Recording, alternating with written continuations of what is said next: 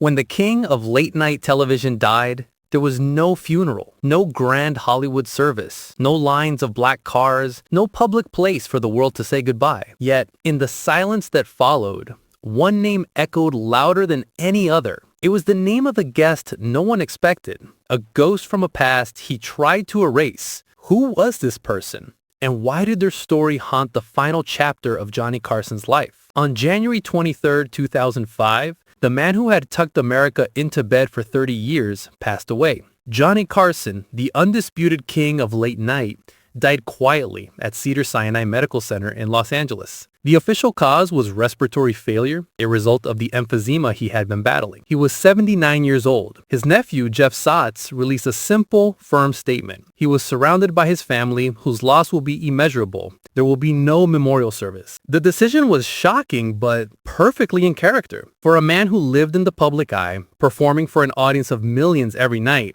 Johnny Carson was intensely private. His friend and fellow host, Dick Cavett, once recalled how socially uncomfortable Carson was, how he would strain just to make small talk with a few fans outside the studio. Ed McMahon, his loyal sidekick for 3 decades, famously said, "Johnny was comfortable in front of 20 million people and completely uncomfortable in front of 20. He was often described as the most private, public man who ever lived. So in death, he got the privacy he always craved. His body was cremated and the ashes were given to his wife, Alexis Mayes. There would be no public gathering, no place for his famous friends and colleagues to share stories. The man whose final show was watched by an incredible 50 million people left this world with only a handful of witnesses. The world mourned in the only ways it could. Tributes poured in from the highest offices. President George W. Bush called him a steady and reassuring presence. Jay Leno, his successor on The Tonight Show, called him the gold standard. And David Letterman, the man Carson himself saw as his true heir, gave perhaps the most moving tribute, saying,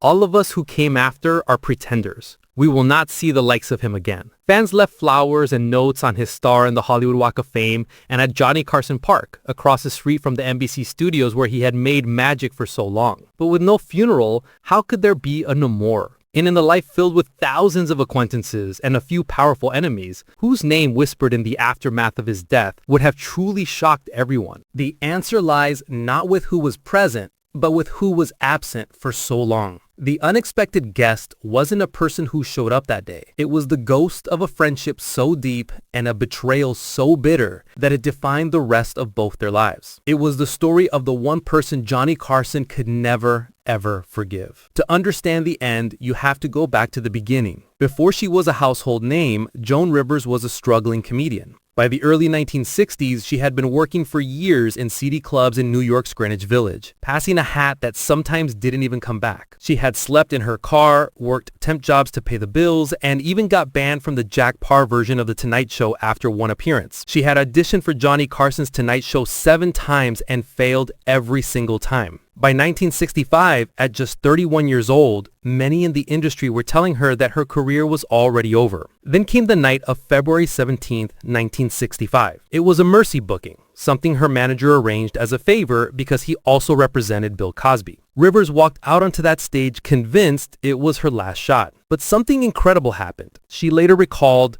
"It was one of those nights where everything goes right, the stars are in alignment, and the audience, we just connected. She wasn't just funny, she was electric, and the one person who mattered most saw it." As her set ended and she sat down on the coveted couch next to the host, Johnny Carson leaned in and said the words that would change her life forever. On national television, he told her, "You're going to be a star." Rivers remembered looking behind her, wondering who he could possibly be talking to. She described the on-air chemistry between them as absolutely magical. In that moment, a bond was forged. Carson didn't just give her a break. He became her champion, her mentor. As she would say for years to come, "He handed me my career." From that night on, Joan Rivers was a regular on The Tonight Show. She made nearly 100 appearances over the next 2 decades. Their on-air banter was legendary. He was the cool, unflappable king, and she was the sharp, hilarious court jester who could make him genuinely laugh until he cried. His belief in her was real. When Rivers launched her own short-lived daytime talk show in 1968, Johnny Carson was her very first celebrity guest, a massive show of support. Her role in the show grew and grew. She began filling in as a substitute host when Carson was on vacation, and by 1983 she was officially named the show's permanent guest host. This was a position of immense trust. When Johnny was away, the keys to the kingdom were hers. She was, in the eyes of the public and industry, the queen in waiting. Her loyalty to Carson was absolute. She later said that she had received many offers to host her own program over the years, but always turned them down to stay with The Tonight Show. But here is a detail that changes everything. For all their on-air warmth, their relationship was almost entirely professional. It existed under the hot studio lights and in front of the cameras. Rivers herself wrote, "Our friendship existed entirely on camera, in front of America. And even then, during the commercial breaks, when the red light went off, we had nothing to say to each other." This wasn't because they disliked each other. It was because of Carson's legendary aloofness. He was a man who built walls around himself. Theirs wasn't a relationship of close friends who confided in each other. It was a professional hierarchy. He was the king, the benefactor who had discovered her and given her a place in his court. And that unspoken power dynamic is the key to understanding the brutal betrayal that was to come. By the mid-1980s, the ground beneath Joan Rivers' feet began to feel unsteady. For years, she had felt secure in her role as Carson's number two, but things started to change. In 1985, Carson signed a new contract with NBC. Rivers, however, was only offered a one-year deal. To her, the message was clear. "The powers were uncertain about my future," she later wrote. Then came the bigger blow. A memo began circulating at NBC listing potential permanent replacements for Johnny when he eventually decided to retire.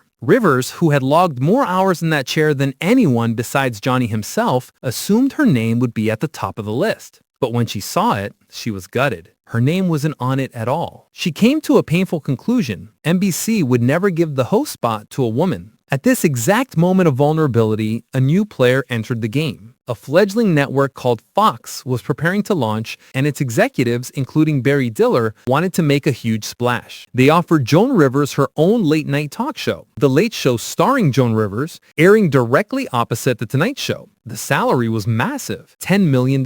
Rivers was torn. Her loyalty was to Johnny, but she felt disrespected by NBC. Her husband and manager, Edgar Rosenberg, gave her fateful advice.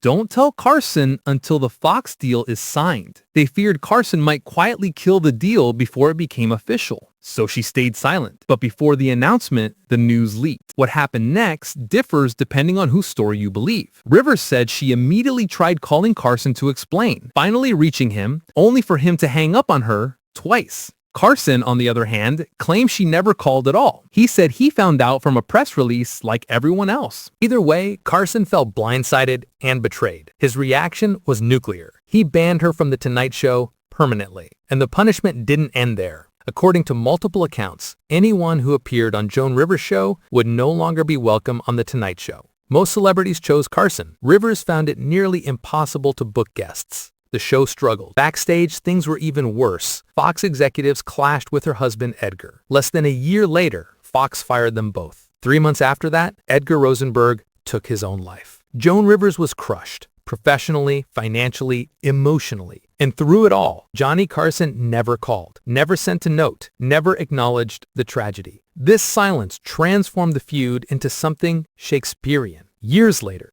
Rivers said it felt like Stalin had sent me to Siberia. Now, return to January 2005. When Johnny Carson died, the ghost that hovered over his legacy wasn't a coworker or a rival. It was Joan Rivers, the one person whose absence was louder than any presence could have been. She was the unexpected guest at his funeral, not in body, but in story. Her public reaction was a mix of pain, bitterness, and respect. She called him a mean son of a, yet also said, nobody touches him. He was the best. She imagined a different ending, one where he invited her back on the show and said, "Where you been?" But it never happened. Even near her own death, she sought closure. She visited the cemetery where his ashes were interred, speaking into the empty air in a final attempt at peace. In the end, Johnny Carson left this world quietly, just as he lived, guarded, private, walled off. But the silence he left behind was filled by the story of the one person he could never forgive. The unexpected guest wasn't a person in a pew.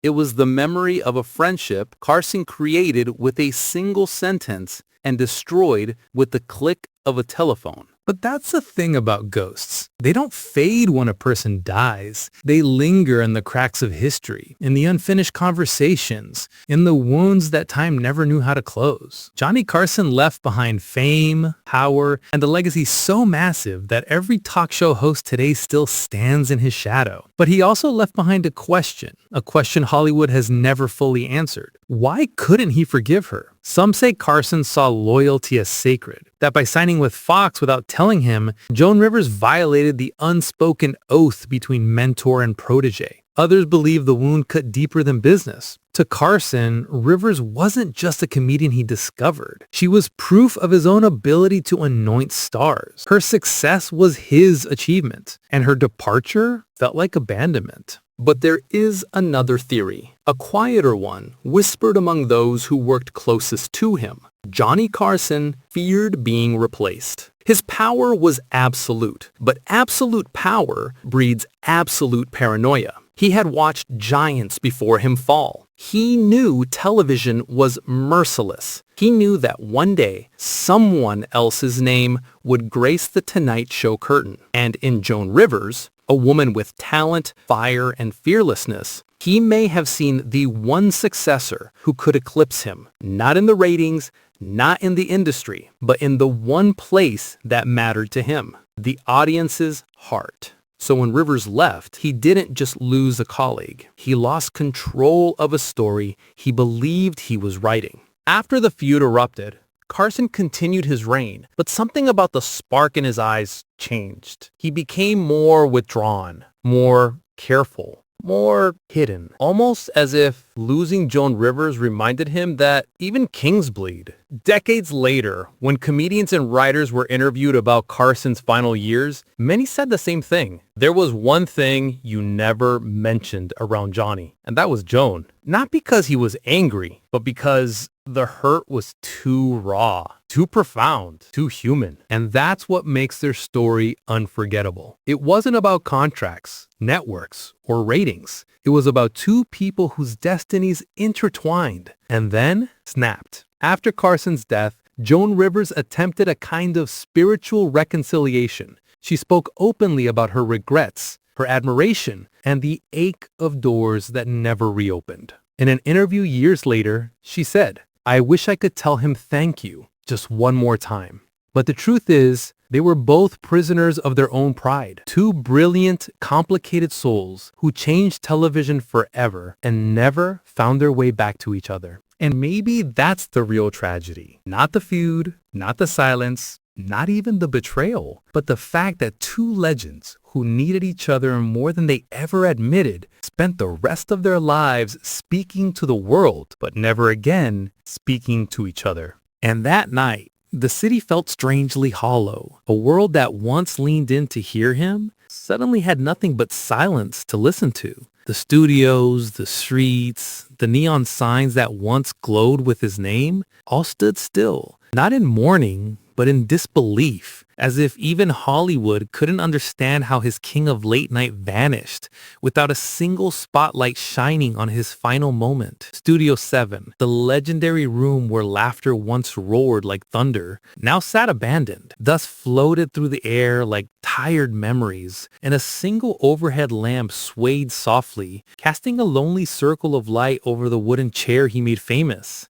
That chair, the one where he sat night after night, holding conversations that shaped careers, built legends, and comforted millions who longed for a familiar voice in the dark. Now, it was just an empty seat, a monument of silence. The cameras, the same cameras that once chased him across the stage, that captured every grin, every joke, every breath, were now pointed at nothing but shadows. Their lenses covered in dust, their red recording lights long dead. But the most unsettling thing wasn't the silence. It wasn't the emptiness. It wasn't even the suddenness of his death. It was the presence. Someone had been there recently. A coffee cup still warm, a door left slightly open, a faint smell of cologne that didn't belong to him, and footprints, barely visible, leading toward the back exit. Someone who was there in the final moments. Someone who knew more than they ever told police. Someone whose name never appeared in any reports. Someone who never wanted the world to know they existed. And then came the diary, a worn, leather-bound book discovered in the top drawer of his dressing room. Inside, pages filled with confessions, secret meetings, coded messages, and the list of names. Some crossed out, others circled twice. But the last page, the final page he wrote before he died, contained only one chilling line. If I disappear suddenly, it was not by accident. Those words echoed like a ghost across the empty studio. The lights flickered, the air grew colder, and for a moment, just a moment, it felt like he was still there, watching, waiting, urging someone, anyone, to keep digging. The diary snapped shut. The lamp above the chair faded into darkness, and the studio, once the loudest room on late-night TV, drowned in total black. Then over the darkness, a voice whispers, "Some stories don't end with the funeral. Some stories end with a question no one dared to ask." A beat of silence. Then the final title appears slowly, shimmering like a warning. "The truth is missing. To be continued."